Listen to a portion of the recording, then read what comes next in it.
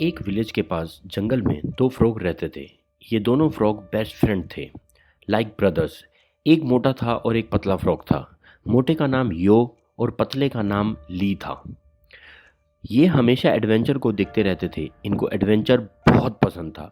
एक दिन यो एंड ली दोनों एक गार्डन में घूम रहे थे जब इन्होंने देखा एक फार्मर ने अपने घर के बाहर एक बकेट रखी है। ये दोनों एक्साइटेड हो गए और सोचने लगे कि इस बकेट में क्या है।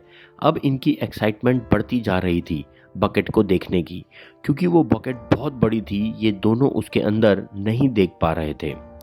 ये दोनों उसके अंदर कूद गए। उस बकेट में मिल्क था। ये दोनों अब मुश्किल में पड़ गए, क्योंकि मिल्क चिकना होता है जिसमें तैरना मुश्किल था। ये स्विम तो कर रहे थे लेकिन बाहर नहीं निकल पा रहे थे। मिल्क में डूब ना जाए इसलिए ये पैडल मारते जा रहे थे। 1 घंटे तक ये पैडल करते रहे लेकिन बाहर नहीं आ पाए और यो थक गया। उसका मोटापा उसे थका रहा था। यो बोला, ली, अब पैडल मारने से कोई फ़ायदा नहीं, हम बाहर नहीं जा पाएंगे और यहाँ हमें कोई बचाने नहीं आएगा। ली ने जवाब दिया, नहीं भाई, आप पैडल मारते रहो, हिम्मत मत हारो। पैडल मारना ही अभी हमारा काम है, हम ज़रूर सक्सेस होंगे। यो ने फिर से पैडल मारना शुरू कर दिया। अगले 1 घंटे तक पैडल मारते रहे बट कुछ नहीं हुआ।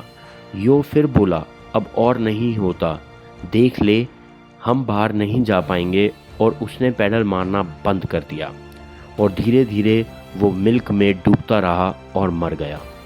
ली बहुत रोया क्योंकि उसका बेस्ट फ्रेंड, उसका भाई उसके सामने ही मर गया।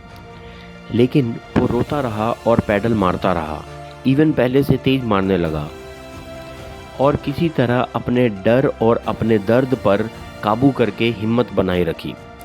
आधी रात को अचानक ली को महसूस हुआ कि मिल्क अब बटर में चेंज हो गया है।